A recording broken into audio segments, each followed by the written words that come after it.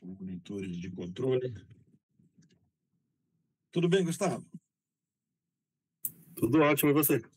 Tudo tranquilo. Estou preparando aquele material que você me mandou, tá?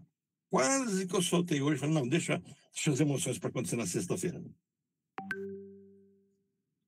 Esses são temas... Não vou passar para o pessoal, não vou deixar eles assim intrigados, né? Mas assim, é um tema muito bom. Você fez uma proposta, ó, gostei muito mesmo. Mas aí isso vai ser... Acho que sexta-feira eu solto ele. O texto eu já coloquei no YouTube para vocês, eu mandei na plataforma, no WhatsApp nosso, Gustavo, já o texto. Né? Nesse texto do Freud, ele começa no começo ele já começa a dizer desse comportamento, dessa certa humildade dele. Né? Então ele começa dizendo assim, caros colegas, né?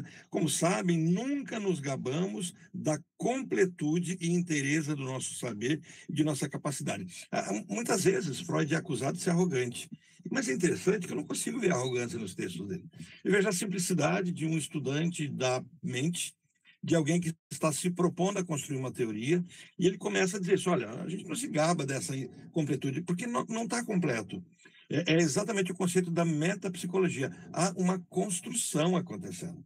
E diante dessa cena construtiva, de uma construção teórica, a gente precisa pontuar em que ponto a gente está, em que momento está.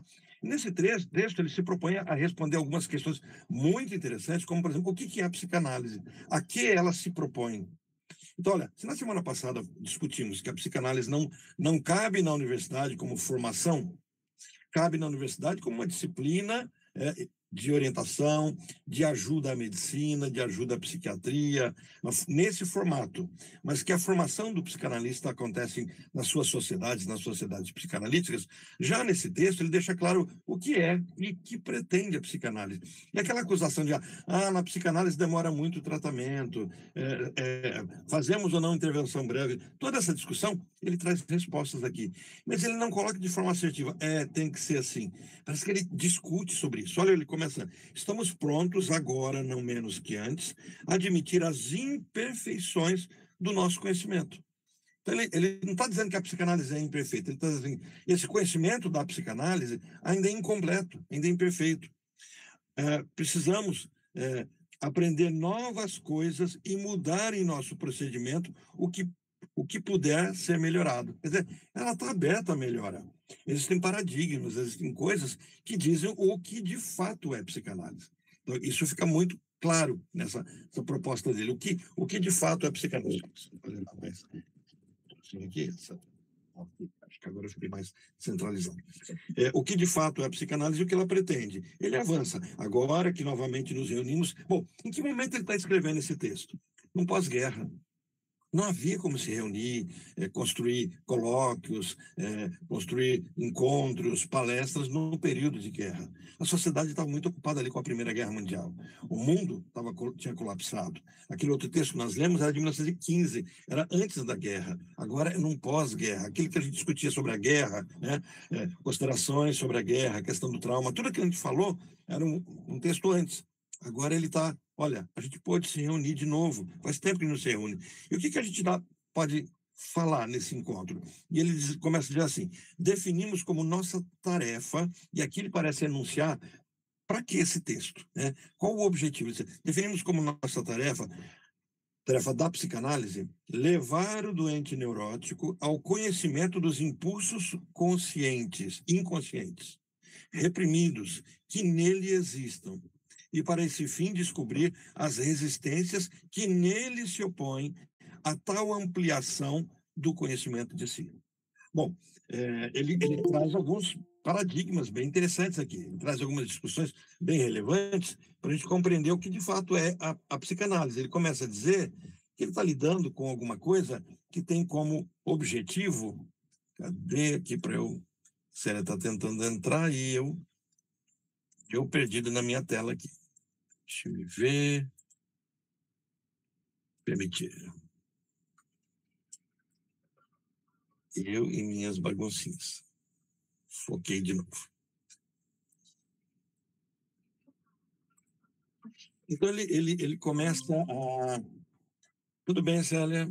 Ele começa a dizer assim, a tarefa da psicanálise é essa, levar o doente neurótico ao conhecimento dos impulsos inconscientes. Ele já está trazendo assim a discussão por que se faz análise, por que alguém procura análise? Para trabalhar com aquilo que é reprimido. Então não tem como um psicanalista não ter o conhecimento do que é o reprimido. E aqui ele vai também deixar claro que do que do reprimido trabalhamos, de que tipo de inconsciente falamos, mas ele diz assim, que nele existam, e para esse fim descobrir as resistências. Então, o processo da análise, isso é importante levar em consideração, a gente vai entender por que ele vai colocar isso como técnica psicanalítica. O processo da análise é lidar com aquilo que bloqueia o próprio tratamento. Então, quando alguém procura o tratamento, procura a análise, procura qualquer terapia, junto com isso, nesse pacote, uma parte desse sujeito que busca se tratar, uma parte dele não quer se tratar, não quer se tratar, não está afim, desejando cura, e então se opõe. Então, o que acontece? No processo analítico, que será um processo de cooperação, e daí a necessidade de que haja uma coisa que a gente chama na psicanálise de transferência. Se não houver a transferência, a resistência derrotará todo o procedimento, todo o processo, e o paciente abandonará a psicanálise. Vai ficar mais claro daqui a pouco porque ele abandonaria. Quer dizer, em que sentido? A psicanálise não alivia? Olha, eu comecei a fazer análise, estou um pouco aliviado, um pouco, soltei um pouco. Isso é catarse. Isso não é psicanálise. Isso é um processo terapêutico, é uma clínica ligada a isso. A psicanálise é além disso, uma discussão muito maior do que simplesmente esse ponto. Então ele diz assim, bom, desvelar essas resistências garantirá a sua superação. Olha, se o processo da análise é lidar com um sintoma que diz respeito a um reprimido, mas esse reprimido estará se defendendo para que ele não sobressaia. Se eu desvelar essas resistências, eu tenho garantia de que funciona? Essa é a questão que ele começa a colocar para ele destrinchar um pouquinho mais o que é a psicanálise. Então, assim, nem sempre. O interessante, ele não é pessimista, ele é realista, né? Nem sempre, sem dúvida, mas esperamos chegar a esse objetivo explorando a transferência ante a pessoa do médico. Na semana que vem, se a gente conseguir terminar esse texto hoje, eu pretendo falar sobre essa questão dele chamar os psicanalistas de médico, porque que naquele primeiro momento é isso e quando isso mudou, tá? A gente vai falar sobre a questão da análise leiga. Mas aqui vamos trazer essa questão do psicanalista sinônimo de médico, quando ele fala do médico psicanalista ou médico analista. E aí ele começa, expus em um outro lugar as condições dinâmicas do novo conflito através do qual conduzimos o paciente e que pusemos no lugar do anterior o conflito da doença. Então ele começa a dizer aqui, vai destrinchar também um pouquinho melhor daqui a pouquinho, que quando a pessoa começa uma análise, ela faz uma troca. E todo o papel da terapia, olha, não é só da análise, o papel da terapia é uma troca de sintoma. O paciente vem com um sofrimento e o analista ou o terapeuta, como um todo, faz uma troca. Ao invés de permanecer com aquilo que o angustia, troca por alguma outra coisa. Por que eu estou colocando nesse ponto? É porque ele vai comentar que muitas vezes o paciente aceita a troca e abandona o processo clínico, porque, de certa forma, o sintoma pelo qual ele reclamava cessou. Então ele fala, acabou, é só isso. Então, se cessou, por exemplo, se eu tenho uma insônia, uma enxaqueca, uma dor, uma angústia, algo que eu não consigo dar sentido, um vazio, se eu estou num processo ou de depressão ou de tristeza, é interessante que na psicanálise as duas coisas não são a mesma coisa, né? Depressão não é tristeza, tristeza não é depressão, são formas distintas de elaborar o sofrimento humano. Então, se eu vou com esse sintoma, e ele também vai deixar claro, de uma forma bem lacaniana, ou melhor dizendo, encaixando as coisas no devido lugar, Lacan foi muito freudiano ao dizer isso, ele vai dizer assim que é possível que antes de existir psicanálise, antes de começar todo esse processo de psicanálise, comece a haver cura. Mas não é uma cura real, é uma troca de sintoma. E muitas vezes até um sintoma que não faz mais doer, não faz mais sofrer. Olha aqui, que coisa bonita, interessante, e ele vai dizer, não é boa. Quer dizer, alguém, ao invés de elaborar o seu sofrimento, ao invés de fato aproveitar todo o processo da análise, ele se vê livre de um sofrimento, e em nome do, da terapia, da análise, ele da busca pelo prazer, ele se esquece de uma coisa que Freud ainda vai elaborar o conceito, que é além do princípio do prazer. Então ele diz assim, chamamos de psicanálise, e aí ele começa a colocar as coisas no verdadeiro lugar, o trabalho mediante o qual levamos à consciência do doente o material psíquico nele reprimido. Então, o que é análise? Análise não é desfazer de sintoma. Análise não é aliviar o sofrimento.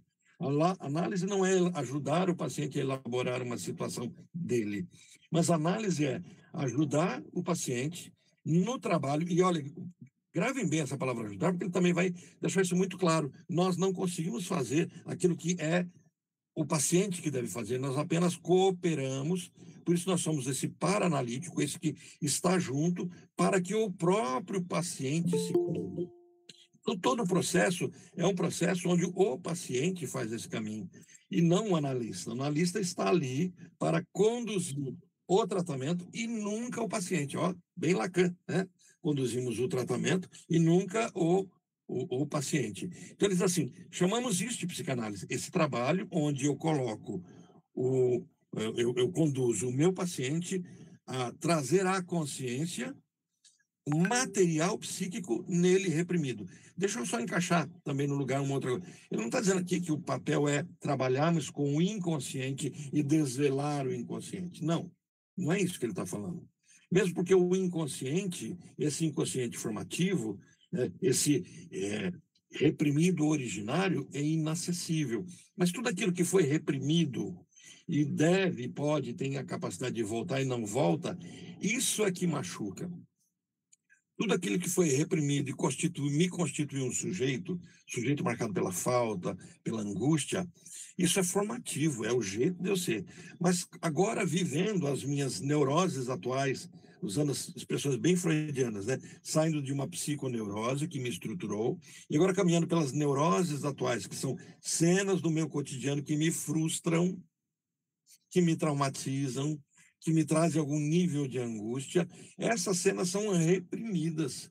E essas cenas reprimidas, elas tendem a querer voltar.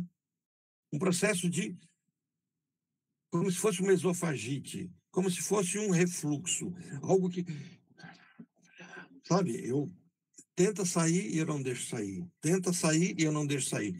Esse caminho, isso que me incomoda, que eu estou ilustrando com o corpo, porque muitas vezes nós trazemos essa cena no próprio corpo, de forma simbólica, mas que é vivida no dia a dia, quando por meio de sintomas eu tento fazer esse mesmo caminho, tento de forma simbólica lidar com os meus fantasmas, eu estou lidando com aquilo que foi reprimido. Na análise, isso sai para fora, precisa sair. E enquanto não sair, a análise não findou. A grande questão é que a gente vai depois estudar também o texto da análise interminável e interminável.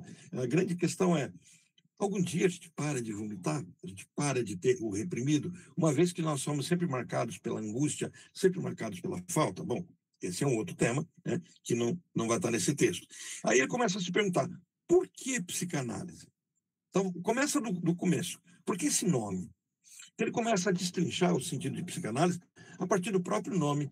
E por que isso é importante? No passado, numa outra discussão, ele e Jung começaram a discutir sobre psicoanálise ou psicanálise. E ele começa a dizer, olha, que a psicanálise não é psicoanálise, mas uma psicanálise tem o mesmo objetivo que um cientista que lida com coisas clínicas faz.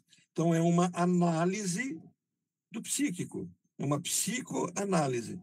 Essa psicoanálise significa dissecação, decomposição, e faz pensar numa analogia com o trabalho que o químico realiza com substâncias que acha na natureza e leva para o laboratório. Por que tal analogia realmente existe num ponto tão importante? Então, ele diz assim, existe vínculo a essa proposta. Os sintomas e manifestações patológicas do paciente são como todas as suas atividades anímicas, quer dizer, o que eu vivo de forma sintomática, atribuindo com o nome de doença, é como qualquer coisa ligada à vida, né? Como atividade anímica, atividade da ânima, do ânimos, daquilo que me movimenta, aquilo que me traz vida, da minha vitalidade, de natureza altamente composta. Em última instância, os elementos de tal composição são motivos. instintos. Então, assim, os elementos de tal composição. Quer dizer, o que me compõe e precisará ser do composto? As minhas pulsões. Então, ele vai falar assim, é a minha libido.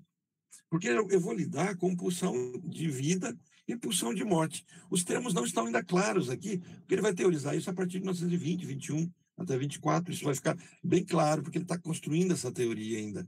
Essa teoria da pulsão, ela fica aperfeiçoada no pós-guerra, porque ele lida com a pulsão de morte. E ele percebe que nós não buscamos sempre prazer, homeostase, estabilidade. Sabe essa fantasia de dar ao homem uma estabilidade, então ele vai ser feliz? Freud fala assim, não é bem assim. Nós não buscamos esse nirvana. Nós não fazemos uma busca de uma homeostase, de um princípio, né, de um princípio do prazer. Ele vai escrever textos, que ele vai falar isso com clareza, quando ele vai falar do sadismo, do masoquismo, mas ele vai dizer assim, nós não somos tão tranquilinhos de, opa, que legal, se a vida está ruim, basta eu melhorar a vida, né? Se eu me sinto com problemas financeiros, basta eu resolver os problemas financeiros. Se o problema é saúde, basta eu ter saúde. Ele disse, não, tem gente com saúde, tem gente com dinheiro e não é feliz. Enfrenta problemas. Então ele vai falar de uma questão instintual, aquilo que depois Lacan vai aperfeiçoar como processo de falta, né? Eu sou uma pessoa marcada por um processo de falta. O que me conduz no processo de desejo é exatamente ser marcado pela falta. Mas o paciente nada sabe desses motivos elementares, ou não sabe o bastante. Ele diz assim, eu sou um ser pulsional, constituído de libido, mas eu nada sei dessas minhas libidos. Eu nada sei do que de fato me dá prazer. Ou não sei o bastante para dar conta de lidar com isso. E aí ele diz assim, nós lhe ensinamos, na análise, tá, gente? Lhe ensinamos a entender a composição dessas complicadas formações psíquicas. Fazemos remontar os sintomas aos instintos motivadores. Quer dizer, na análise nós compreendemos por que somos quem somos. Na análise, alguém pode dizer assim, então é um processo de autoconhecimento? Nesse sentido, sim. Mas é um conhecimento daquilo que me estrutura a partir de um sintoma, de uma motivação. Não é um autoconhecimento que, de fato, me faz conhecer quem eu sou, porque parece que isso é inacessível, mas me faz compreender por que sou assim. E esse por que sou assim, né, de uma forma mais pontual, é a definição de quem eu sou. Eu não sou algo na minha essência, isso é uma discussão da filosofia, da teologia, de outras abordagens, mas eu sou a partir daquilo que eu busco, desejo. Eu sou um ser desejante que caminha na falta, eu sou um ser marcado por essa falta, né? Aí ele diz assim, indicamos nos sintomas esses motivos instintuais. Então, na análise, aquilo que eu chamo de sintoma, Orlando, mas espera um pouco, isso não é o que Lacan vai dizer. De onde será que Lacan bebeu isso? Olha o que ele está dizendo. Indicamos nos sintomas esses motivos instintuais até então desconhecidos para o doente. Ele está dizendo assim, eu sou meu sintoma. E se eu quero me conhecer, e esse é o propósito então da análise, eu preciso conhecer o meu sintoma. Porque o meu sintoma dirá quem eu sou. A minha personalidade ela é constituída e explicada através do sintoma, da forma como eu lido. Então, na análise, ela não tem a pretensão de curar. Isso também é outra frase de Freud. No outro texto ele diz assim, a análise não pretende curar, mas cura. Mas se ela não pretende curar, para que eu vou fazer análise? Para me conhecer. Mas para que eu vou me conhecer? Eu não posso fazer um mindfulness e me inteirar do meu momento. Eu não posso fazer meditação e conhecer o meu aqui e agora. Olha o poder do agora. Eu não posso estudar estoicismo ou outras filosofias que vão me trazer a consciência plena do meu momento e a minha autonomia diante das cenas atuais, onde eu controlo tudo por meio da filosofia. Pois é, isso seria perfeito se eu não fosse uma pessoa marcada por questões instintuais, um ser crivado, cravado, machucado por um trauma matricial. Através desse trauma, eu fui constituído. E é um grande trauma, é um grande trauma. É um grande trauma que ameaça a minha própria existência, que é o que ele vai chamar de complexo de Édipo, que é o que vai me estruturar. Tudo isso é o umbigo da psicanálise. Eu preciso dessa compreensão. Então, assim, indicamos nos sintomas esses motivos instintuais até então desconhecidos do doente, tal como o químico isola a substância básica. Ele vai trazendo ainda a metáfora com um cientista que está lidando com elementos, então a gente começa a lidar com os elementos que nos constituem. Então, de forma resumida, eu sou a soma das minhas patologias. Olha como ele coloca aqui, né? No caso de suas manifestações psíquicas, não consideradas patológicas, a motivação delas não lhe era inteiramente consciente, que nelas tivera participação outros motivos instintuais desconhecidos para ele. Quer dizer, mesmo eu, não neurótico doente, não neurótico patológico, também sou marcado por um desconhecimento de quem de fato sou. Ele vai escrever sobre isso em Psicopatologia do Cotidiano, 1901, onde ele faz um livro com indicadores de comportamentos motivados por uma instância inconsciente, sem que isso me adoeça. Então, esse sintoma, né, esse jeito de ser marcado por essa instintualidade me constrói e necessariamente não me adoece. Ok? Pessoal do percurso quer apontar alguma coisa? Quer pontuar algo, falar, questionar? Essa sua última fala, ele está se referindo ao superego? Ele não está referindo só ao inconsciente. É isso que está ali contido, e mesmo não sendo doente, eu tenho isso. Porque a tendência seria pensar que apenas os doentes teriam o sintoma. Uma questão lógica, se eu estou com sintoma, estou adoecido. Então, eu teria que achar esse sintoma nos doentes. Então, eu comecei a perceber que só os doentes têm isso. E ele disse, não é isso. Quando ele coloca assim, também mostramos aos doentes que, no caso de suas manifestações psíquicas, não consideradas patológicas, quer dizer, mesmo eu tendo manifestações que não são consideradas adoecidas, né? A motivação delas, quer dizer, o que me fez ser tal como eu sou, mesmo sem a doença, delas não lhe era inteiramente consciente. Eu ainda sou marcado por coisas que eu não dou conta. Ok? Ficou claro, Célia? Tranquilo? Então, assim, também explicamos o impulso sexual. Aqui é interessante, porque quando a gente fala de impulso sexual, logo as pessoas não psicanalistas, imaginam, né, e como a gente está falando aqui também no Instagram e no TikTok para pessoas que, mesmo no YouTube, porque é aberto, a gente pode entender que Freud está trazendo aqui a questão de uma vida sexual, uma sexualidade genital.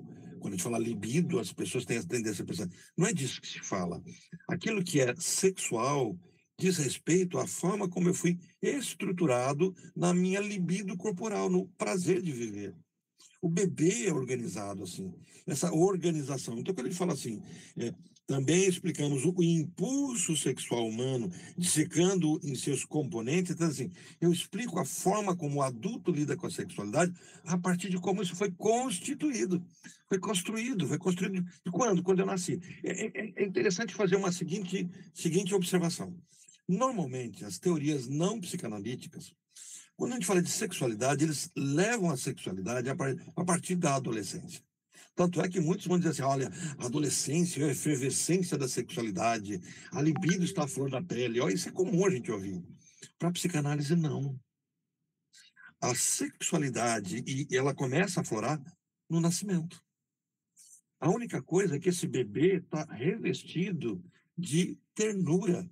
O adulto que vê o bebê não torna a visão, a não ser que ele seja um doente mental, a não ser que ele seja um perverso, que ele seja um pedófilo. Aí ele está totalmente distorcido. Mas o adulto, dentro de sua normalidade, ao lidar com cenas de crianças, ele tem ternura. A grande questão é que a ternura, sendo decomposta, lembra? A gente está trabalhando psicanálise como decomposição.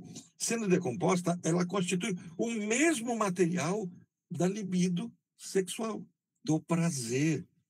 A constituição da oralidade, da analidade, do controle, dos esfínteres, dos músculos, da cena, do genital. Tudo diz respeito a um mesmo instinto, uma mesma pulsão. Então, toda a sexualidade ela é constituída de um mesmo material. Por isso, na análise, não se faz distinção sobre o que se sente numa situação claramente erótica daquilo que, de fato, é apenas um desejo.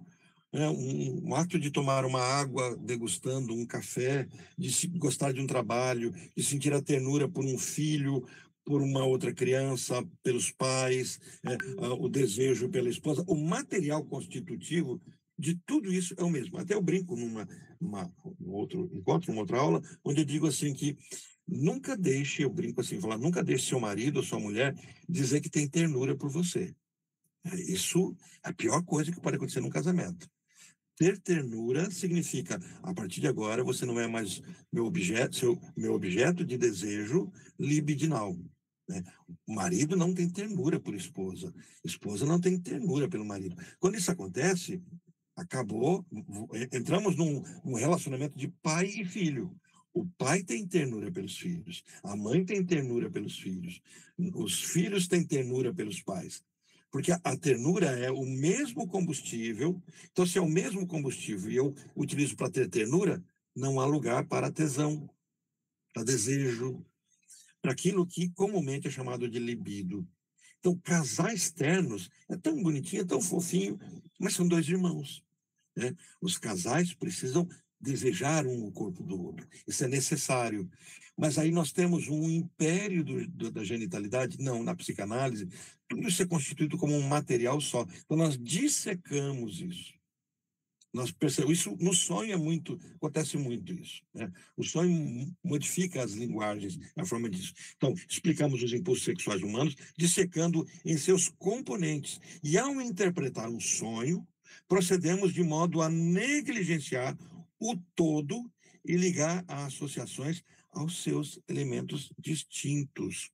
Então, a gente, ao interpretar um sonho, aquela novelinha bonita que as pessoas nos trazem, uma história muitas vezes bem interessante, dá até para montar um filme com elas. Tem pessoas que têm um sonho e falam, você não sonhou um sonho, você sonhou uma série, né? Você colocou uma saga. Então, tem pessoas que vão trazendo sonho vívido, aquela coisa assim, meu Deus, foi o que montou o seu sonho? Foi o Tolkien, né? Foi C.S. Lewis, ou foi como chama aquele que é assustador nos filmes dele? É o Diretor ou personagem? diretor. Ele é o clássico para suspense. Esqueci o nome dele agora. Hitchcock? Não Hitchcock, o outro. Tarantino? Não. É um que fez a todos esses, tipo Damien, ou, por exemplo, A Tempestade. Depois vem o nome dele. Mas ele assim, ele faz filme de suspense que você fica, meu Deus, né? Aquele, não sei se você assistiu A Tempestade, acho que esse é o nome, né? E deixa eu ver se eu acho aqui. Tempestade. Não é o de Shakespeare, não, é um outro. Bom, depois eu descubro aqui e passo para vocês, porque é interessante, mas tem pessoas que sonham que parece que emprestaram essa história dele ou emprestaram a história para ele, né? E a gente não está interessado na análise sobre isso, a gente escuta porque o paciente precisa e a gente também precisa para engendrar, mas a gente vai vendo o que se compõe isso, o que está contido ali. É agressividade, é desejo, é mágoa, o que está contido, ou o que está desapercebido nisso, porque a gente busca dissecar. A análise é um processo de dissecação. Aí ele avança aqui, ele vai dizendo assim, essa é a justificada comparação da atividade médica psicanalítica com o trabalho de um químico poderia resultar em um estímulo de uma nova direção em nossa terapia. Nós analisamos o doente. Isso é, decompusemos sua atividade psíquica em suas partes constitutivas elementares, mostrando esses elementos instintuais isoladamente. O processo passo a passo não seria, então, ajudá-lo numa nova, melhor composição deles? Entenderam? Aqui ele traz um problema que o Bion vai lidar com ele. É o conceito do continente, é o conceito de você ajudar seu paciente a interpretar aquilo que ele não interpreta. Ele está colocando isso em questão. Será que é isso? Como eu ajudo o meu paciente a desmontar o brinquedinho dele de Kinder, agora eu vou ajudá-lo a remontar? Olha a cena da ressignificação aqui. Será que o meu papel como psicanalista é ajudar o paciente a ressignificar a vida? Ele vem com uma angústia, uma perda, uma culpa, e agora vamos pensa bem, olha, você não olhou por esse ângulo aí, a gente desmonta, disseca, ele está trazendo isso. O senhor sabe que tal exigência foi efetivamente levantada. Então, assim, já pediram isso da psicanálise. Disseram-nos que após a análise de uma psique enferma, deve ocorrer a síntese. Então, assim, você começa a análise e a partir dessa análise deve haver uma solução. Como é que você passa por uma análise e não resolve seus problemas? A pessoa fala, eu estou há 10 anos de análise, você continua fazendo análise? Como? Não era para resolver tudo? E a isso logo se juntou a preocupação de estar fazendo análise em excesso. Olha, a acusação que fazem hoje, a análise é interminável, demora tanto tempo. 1919, Freud está falando já disso. Então, a gente não está lidando com novidades sobre isso. Então, as pessoas, olha, a acusação que estão fazendo para a psicanálise, desde sempre. E a isso logo se juntou a preocupação de estar fazendo análise em excesso e a síntese de menos.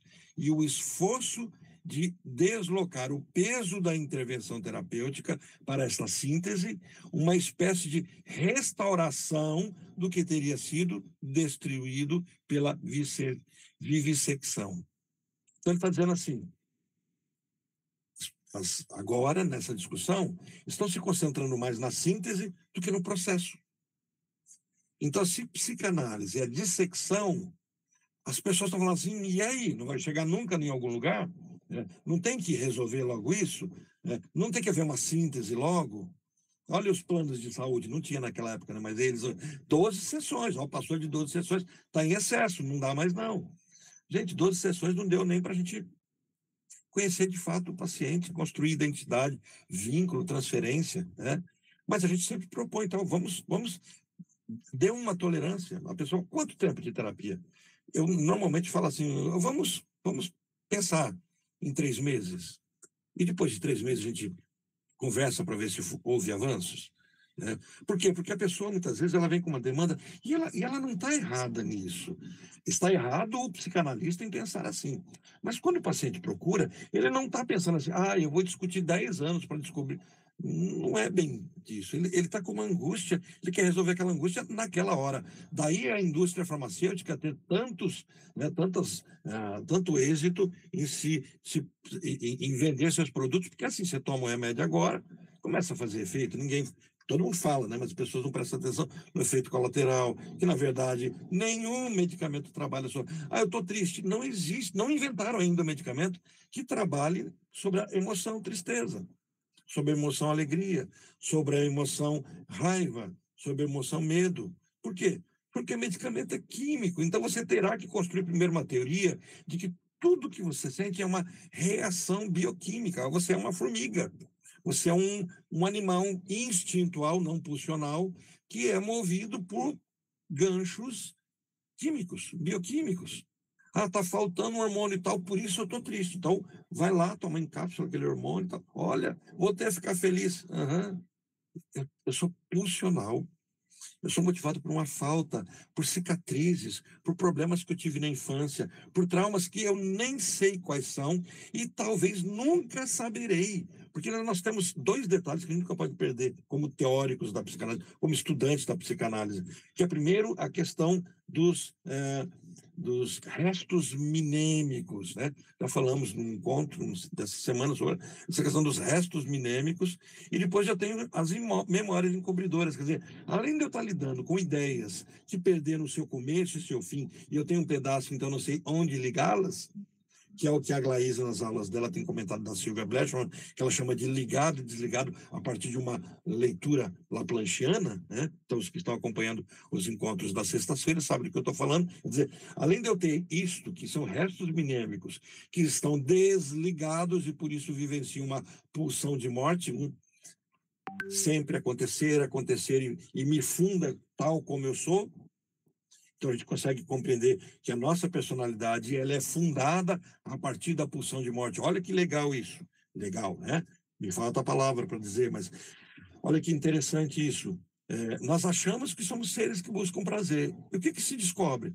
Nós somos, na nossa personalidade, ligados à pulsão de morte. A rotina que nós criamos, o jeito de nós agimos, as nossas expressões repetitivas. Quando a gente fala assim, eu sei que eu sou assim. Por que você age desse jeito? Não sei. Acho que eu nasci assim. Ó, explicação simples. Isso é pulsão de morte. Se repete sempre. E a pulsão de morte é ruim? Não. Ela está ligada, gente. Né? Não é nenhum desses.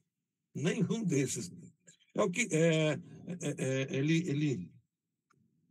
Stephen King. Pronto, veio. Stephen King.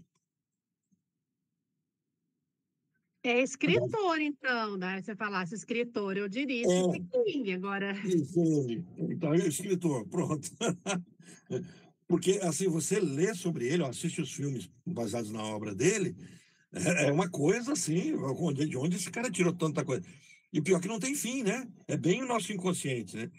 Não tem fim. Você assiste aquele... Eu acho que é a Tempestade o nome, é porque agora estou confundindo com o do Shakespeare, mas onde a Tempestade do Século, uma coisa assim, onde o ser vai para um vilarejo para buscar um menino, porque ele está morrendo e ele precisa treinar esse menino para que seja substituto dele, é um ser demoníaco. E o vilarejo precisa entregar uma criança, e aí tem todo o drama. Que criança, que filhos eles entregarão? E a condição é, ou vocês me entregam um filho, voluntariamente, ou eu destruo todo mundo, mato todo mundo. Né? Assistiram esse filme, ou leram esse livro? E assim, você fica ali 4 horas angustiado, em desespero, o que vai acontecer, o que vai acontecer? E ele te prende o tempo todo. Né? não vi, não. Alguns sonhos são isso. O cara fez estágio com o Stephen King, né, sobre esse ponto. Mas então, o autor, me lembro. Isso, então, o escritor. Bom, então onde eu estava, qual ponto? Então, quando a gente fala dessa pulsão de morte, é ela que diz quem eu sou. Agora, a grande questão, eu estou lidando com cenas que eu nunca vou conseguir descobrir quais são. São restos minêmicos. O que é o resto minêmico? É um retalho. É como se fosse você picotou um papel, aquelas ferpinhas que caíram no chão ali. Você fala, nossa, olha, esse papel, de onde é isso? Você não consegue remendar. Mas estão soltos ali. Eles borbulham, eles constroem meu jeito de ser.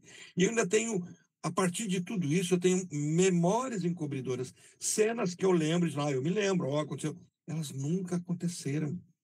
Eu deliro sobre elas, mas elas têm força e potencial de fato, porque são construídas dentro de mim. Então, nesse sentido, lembra que no comecinho eu até falei assim, então a psicanálise é um processo de autoconhecimento? Pois é muito forte você dizer que é um autoconhecimento, se você compreender que nem você dá conta de se compreender, se conhecer, por mais que tente. É o famoso infamiliar do Freud, é esse estranho que está ali. Então, é disso que se fala. Então, o que, que acontece? Quando eu trabalho essa noção de trazer à tona, para sintetizar e me reconstruir, Freud vai dizer assim, pois é decepcionante a análise, né? Então, mas não posso acreditar, caros colegas, que uma nova tarefa se nos apresente como essa psicossíntese. Quer dizer, a psicanálise não faz isso. Ela não trabalha com essa ressignificação, com esse pegar algo que me machucava, pasteurizar, dissecar, e agora vamos transformar isso em melhor. Vamos fazer uma síntese. Caso eu me permitisse ser franco e indelicado, diria que se trata de uma frase irrefletida. Quer dizer, você não refletiu. Você está dizendo algo que você nem sabe o que é. Contento-me em observar que temos aí apenas a ampliação exagerada de uma comparação, ou, se quiserem, a exploração injustificada de uma denominação. Mas o nome é apenas uma etiqueta, usada para distinguir uma coisa de outras semelhantes. Não é um programa, um sumário, uma definição. é uma comparação precisa, e uma comparação precisa apenas tangenciar num ponto a coisa comparada, podendo se distanciar dela em todos os outros. Aqui ele traz um ponto que eu queria destacar muito para vocês. A gente vive num mundo, um mundo brasileiro, né? O brasileiro dá um jeitinho, né? Onde as pessoas estão usando a psicanálise para se apresentarem legalmente no processo clínico. Eu sou terapeuta, eu sou psicanalista. E você começa a conversar com a pessoa, você percebe que a pessoa não é psicanalista, ele é terapeuta. Eu não estou questionando se ele, sendo terapeuta, ele é um bom terapeuta ou não. Deixa eu só fazer uma ligação de um cabinho aqui no celular do TikTok, senão o TikTok desliga em 2 minutinhos aqui. 2 segundinhos para os meus problemas técnicos aqui, gente. E deixa eu ver se eu consigo fazer uma mudança se não fico de cabeça para baixo. Que coisa, hein? Falha técnica aqui. Deixa eu ver.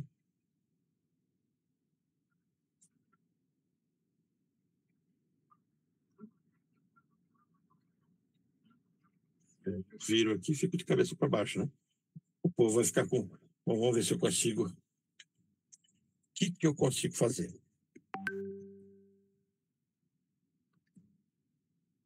Acho que deu certo. Vamos descobrir se deu certo daqui a pouco. Bom, aí o pessoal do TikTok só e depois me avisa se deu certo. Eu acho que sim. Bom, voltando aqui para a nossa discussão normal. Então, o que acontece? Tem muitas pessoas que se apresentam como psicanalistas e podem até ser bons terapeutas. Podem ser pessoas com certa empatia, com certo conhecimento. Mas ele está dizendo assim, o fato de eu tangenciar, de eu tocar em algumas coisas, não implica que, de fato, eu esteja vinculado àquilo. Lembra, Freud está se propondo a responder o que é psicanálise. Então ele começa a dizer assim, o psíquico é algo tão singularmente peculiar, que nenhuma simples comparação pode refletir sua natureza. No psíquico, eu não tenho comparação com outras situações. Na psicanálise, eu não vou ter uma comparação com outra ciência. Por isso que ele vai dizer que a psicanálise é de uma outra cena. Porque a psicanálise ela é estranha. Porque apesar da pessoa procurar a psicanálise para se elaborar seus problemas, ela não buscará elaborar a elaboração dos problemas, mas ela buscará trazer um contexto para que a pessoa com problema, ela mesma dê conta de resolver seus problemas. Porque se o psicanalista resolver o problema, ele não é mais psicanalista, ele é um conselheiro, ele é um orientador, é um treinador, ele é um terapeuta, ele é um médico, mas ele não é um psicanalista, não é alguém que ajuda a entender toda essa dinâmica. Ele diz assim, o trabalho psicanalítico fornece analogias com a análise química, mas também com a intervenção cirúrgica, com a interferência do ortopedista ou com a influência do educador. A comparação com a análise química é limitada pelo fato de que, na vida psíquica, lidamos com tendências, sujeitas à compulsão no sentido de unificar e combinar. Se conseguimos decompor um sintoma, liberar um impulso instintual de um nexo, ele não permanece isolado, inserindo-se imediatamente no novo nexo. Ele estava se preparando para apresentar o seguinte, se você tirar um sintoma, desconectou, né? Como se você soltasse algo de um lugar, né? Você tirasse aqui da garrafinha aqui, tirei a tampinha. Pronto, tirei a tampinha, joia. Aí eu vou ficar sem tampinha. Essa tampinha procura um outro lugar para ficar. E essa garrafa procura uma outra tampa para ser tampada. Então, eu estou lidando com algo vivo. E se eu tiro um sintoma, a grande questão é, o que vai ficar no lugar? É por isso que Lacan, quando fala sobre o final da análise, ele diz assim, a análise muda o quê? Nada. Mas então, para que eu vou gastar dinheiro, tempo para fazer análise?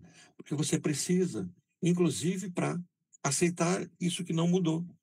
Ou tomar a decisão de mudar. Mas a decisão será sua. Então, a cena em si não mudou nada.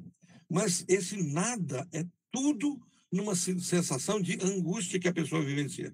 Entendeu? Ele está trazendo assim, não é só uma questão de nexo, né? Aí eu descobri a lógica disso, ok, desvendei, né? Então, entendi por que você está com medo de andar na ponte. Então, vamos ressignificar isso, vamos desensibilizar você, vamos elaborar aquela cena, o medo da ponte surgindo. Não é bem isso. Se você tirar esse medo, sem entender toda a dinâmica diz respeito a forças que se opõem dentro de nós mesmos. Se você não entender os seus outros eus que estão contidos em você, seus outros momentos, você perpetua seu sofrimento. Quem puder, assista uma série chamada Matéria Escura. Muito, muito boa. Gustavo, você assistiu essa série, Matéria Escura? Milena, assistiu? Eu assisti. Ele pode olhar lá quantas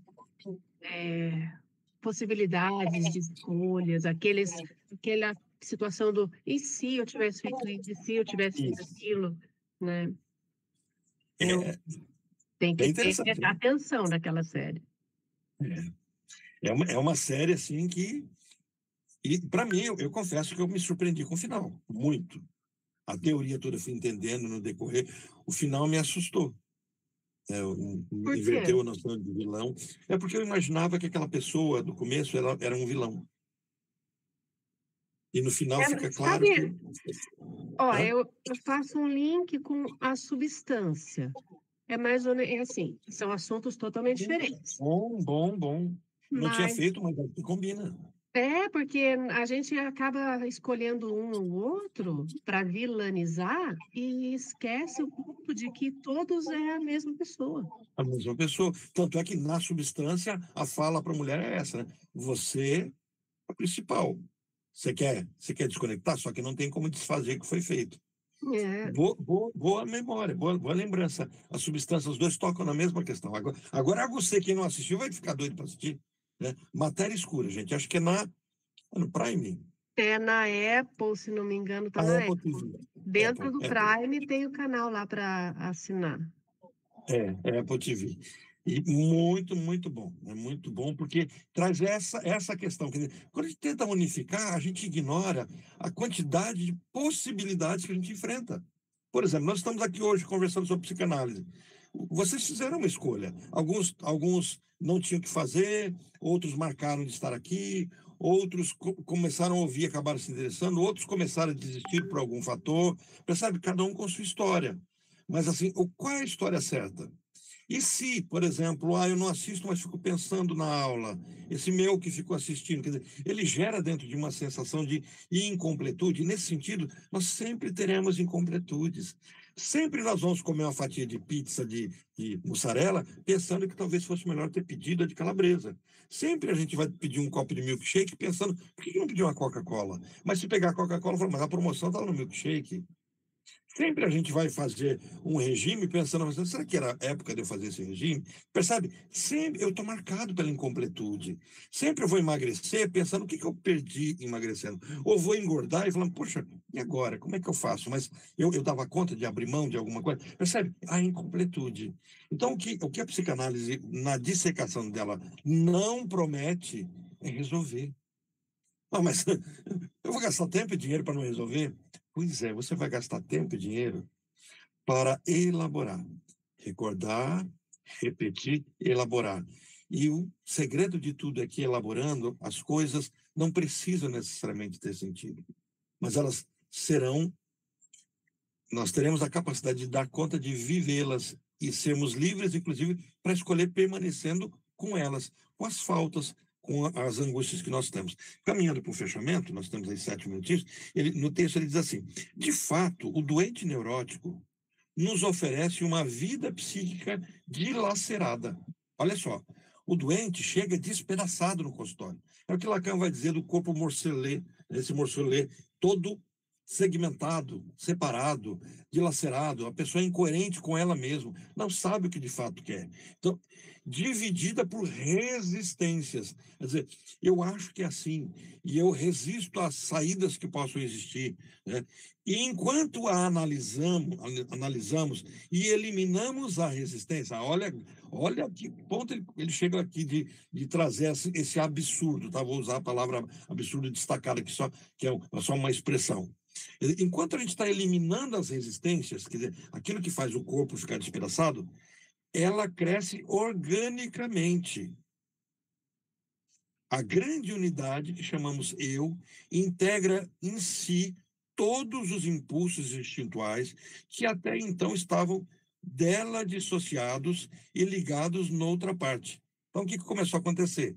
Como eu começo a quebrar as resistências, aquilo que eu me contrariava, que é o que eu e a Milena estávamos falando do filme, né, desse matéria escura, ou até mesmo da substância, quando essa pessoa está dividida sobre o que ela deseja ou não, agora isso começa a unificar, porque eu começo a entender, tá, eu não queria isso, mas realmente eu desejei a morte do fulano, mas não queria que ele morresse. Mas como é que você desejou a morte e não queria que ele morresse? Pois é, absurdo, né? Mas você fez isso, mas eu não queria ter feito isso. E aí você começa a enfrentar, porque nós temos a tendência de negar isso. Eu nunca fiz isso. Eu queria que o fulano morresse. Nunca na vida. Eu queria, de alguma forma, trair, abusar, agredir. Não, eu sou um ser moral, eu tenho noção de certo e errado, eu sou temente a Deus, percebe as resistências? Eu sou um bom filho, eu sou um bom pai, eu sou um bom funcionário, e na análise essas resistências começam a ser quebradas, e esse ego começa a ser reintegrado, mas olha como ele vai piorar a coisa. Desse modo, a psicossíntese ocorre no analisando sem nossa interferência automática inevitável. Então, logo eu dê conta de quebrar as resistências, é natural que o próprio paciente comece a se unificar. Parece que está se resolvendo os problemas? Pois é, mas novas resistências vão surgindo, sempre surgindo. Mas o caminho é dele. Não cabe a mim dizer, olha, você está vendo, olha, é assim que você tinha que ter feito. É o próprio analisando tem que chegar a isso. Produzimos as condições para elas, ao decompor os sintomas e levantar as resistências. Não é verdadeiro que algo no doente esteja decomposto em seus constituintes e aguarde pacientemente que nós o recomponhamos de algum modo. Tenta dizer assim, não, o que está errado em tudo isso? As pessoas acharem que você vai para o consultório e o seu psicanalista vai ajudar você a resolver o problema. Tem paciente que chega e diz, olha, eu vim aqui para você me ajudar a tomar uma decisão. Uhum. Você pode até concordar, porque não é a hora de chegar, dizer, olha, na psicanálise eu não ajudo você a tomar decisão, mas eu ajudo você a identificar as resistências que você tem e libero você para que você tome a decisão. Isso em tudo. É o paciente que está se separando, é o paciente que está se casando, é o paciente que está fazendo uma escolha da sua própria sexualidade, que está escolhendo uma profissão, está escolhendo um carro que vai comprar, uma viagem que vai fazer, um emprego que vai aceitar, e ele está angustiado. E aí a gente começa a ajudá-lo a tirar as resistências. Mas eu tenho o direito de dizer, olha, tá vendo? Aquele carro que você ia comprar, é esse mesmo que você vai comprar. Não, porque eu estou atravessado pelas minhas faltas, pela minha história. Então eu não tenho direito de fazer isso. É isso que Freud está dizendo. Não é verdadeiro que algo no doente esteja decomposto e eu agora, como psicanalista, vou juntar. O desenvolvimento da nossa terapia tomará provavelmente outros caminhos. Sobretudo aquele que fere no seu trabalho dificuldades técnicas de uma análise de histeria. Eu estou pensando em ler esse texto agora nas quintas-feiras, né? Caracterizou como atividade por parte do analista. E entendam que aqui ele tá nos levando a um problema, tá? Que a gente não vai resolver ele hoje, vai ter que ficar para a semana que vem. Mas entendamos-nos rapidamente sobre o que significa essa atividade. Descrevemos nossa tarefa terapêutica com base em 2 fatores. E agora eu só vou enunciar os 2 fatores e fica para a semana que vem, né? Tornar consciente o reprimido e pôr a descoberto as resistências. Tornar consciente o reprimido. Ai, Orlando, pela mãe do guarda, como tornar? Então, na análise, nós, pela mãe do guarda, vocês não conheciam essa expressão. Eu que inventei. Ao invés de falar, pelo amor de Deus, pela mãe do guarda. Eu era criança quando eu inventei isso e virou um costume, uma brincadeira. Então, não se assustem tentando achar isso aí em algum lugar que é invenção do Oswaldo, né? Mas, assim, como é que se torna consciente o reprimido? Esse reprimido é recalcado, não é originário. Por isso que eu preciso ter aquela noção teórica dos 3 inconscientes. O pré-consciente, que é o inconsciente capaz de tornar-se consciente, o recalcado, que é o inconsciente, que foi reprimido num local e ele pertence à pré-consciência, só que por um fator superegóico, traumático, ele vive sendo escondido e aí ele retorna o tempo todo. E tem o reprimido originário e não formativo, primitivo, não é, esse é inacessível, não é desse que ele fala. Tornar consciente o reprimido é esse recalcado, que é o que incomoda, que é regurgitado. Então ele virá a consciência, constituído como? Ela fala. O que eu consigo desvelar dele? Por meio dos sintomas, dos xistes, dos atos falhos, dos deslizes, né? De um significante conduzindo a outro significante. E por a descoberta das existências. Nisso, já fomos ativos o bastante, sem dúvida. Mas devemos deixar o doente lidar sozinho com as existências que lhe foram apontadas? É que ele traz um monte de perguntas. Fecho com as perguntas, tá? Não podemos lhe prestar outro auxílio, senão que ele experimenta como estímulo da terapia. Ele está dizendo assim, mas e aí? Você está vendo a pessoa agonizando na dor dele, você vai deixar ele resolver isso tudo sozinho? Não é natural ajudá-lo também de uma outra forma, colocando na situação psíquica mais favorável para desejada solução do conflito? Pois o que ele pode alcançar depende igualmente de uma série de circunstâncias externas. Devemos hesitar em interferir nessa constelação externa, modificando-a adequadamente? Penso que uma tal atividade do médico, do médico que analisa, é inatacável e inteiramente justificada. E aqui ele começa uma segunda parte. Ele vai falar sobre a abstinência. Esse é o nosso tema na semana que vem. Então, hoje foi a pergunta: o que é a psicanálise? E ele começa a responder. E agora ele nos traz esse problema. Como é que te liga com a abstinência? O que é isso? Então, semana que vem a gente vai continuar nesse texto. Até esse ponto aqui. Querem comentar alguma coisa? Temos aí já esgotando o nosso tempinho, mas a gente tem uns 2, 3 minutinhos. Gustavo, pode falar. A minha dúvida é uma dúvida que muitas pessoas me perguntam, e aí talvez seja necessário falar para o grande público, né, que está te vendo, se a sexualidade e a libido não tem a ver com ato sexual, e que Freud utilizou esses termos, uma vez que essa nomenclatura ela escandalizaria as pessoas do século XIX e até hoje escandaliza. Tem um motivo particular dele não ter usado um outro termo e ter continuado com esses termos? Pois é, alguns dizem, será que é uma estratégia dele para causar? Só que ele pagou um preço muito caro para isso. Essa proposta foi a proposta de vários teóricos para ele. Freud, você não quer usar uma outra palavra para ficar mais leve? Ele disse, não. Porque o que ele queria mostrar, com clareza, é que isso que nós chamamos de libido é composto pelo mesmo material do que a gente chama de vida. Aquele desejo que o bebê tem de sugar o seio da mãe, ele é constituído, ele é libido no mesmo formato que um homem tem de beijar uma mulher de beijar um homem, de fazer um ato sexual. O desejo, a base, é libido. Então, assim, o que ele queria mostrar, com muita clareza, é de que nós estamos lidando com forças formativas que não podem ser julgadas pela moral. Quer dizer, a gente pode viver sob a moral, mas a gente tem que entender que o que constitui tudo isso é o mesmo elemento. Então, eu acho interessante a honestidade de Freud, e ele paga um preço por isso. Só que o que aconteceu? Acho que ele foi levando isso a tal ponto da história dele, que ele pagou tanto preço, porque ele foi perdeu. O Breuer não quis mais saber dele, o Adler sai da psicanálise por conta disso, o Jung deixa ele, vários vão abandonando ele, porque ele é cabeça dura nisso, é libido, é sexo, é psicossexualidade. Ele vai frisando isso, e falando, não, eu não vou dizer que criança faz sexo, que criança tem um desejo sexual. Isso é um ultraje, é um problema moral, e Freud diz assim, mas a própria moral está contida nesse processo formativo. Ele queria dizer assim, que hoje nós temos esse medo, esse pudor de lidar com isso, porque nós temos desejo, é esse o ponto que ele queria dizer.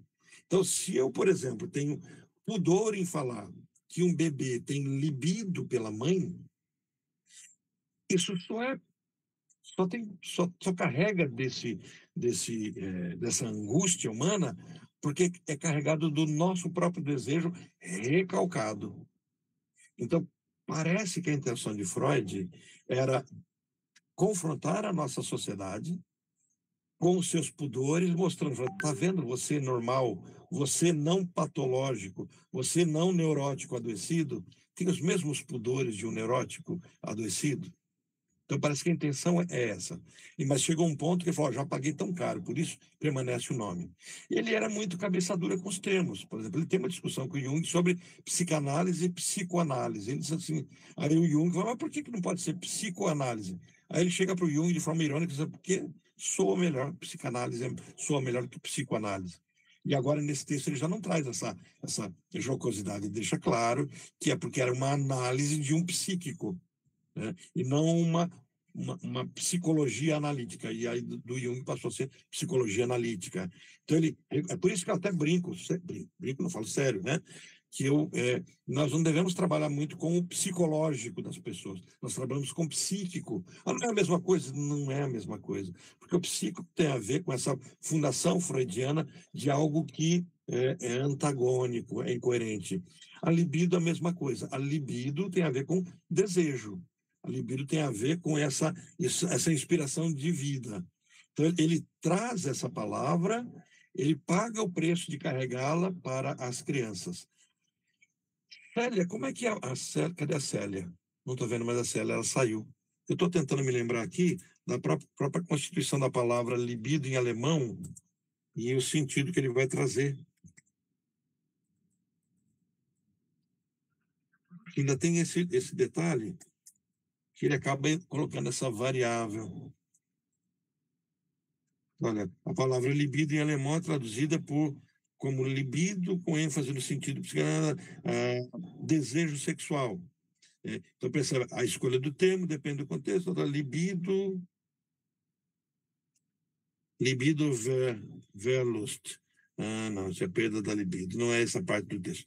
Depois eu trago para a semana que vem, Gustavo, uma investigaçãozinha que eu fiz sobre essa questão, faz muito tempo isso, mas exatamente com a busca de responder essa sua pergunta, de que foi proposital. Freud não foi ingênuo, mas ele queria de fato chocar, mas não chocar, mas mostrar que aquilo que me traz aversão é porque eu tenho desejo.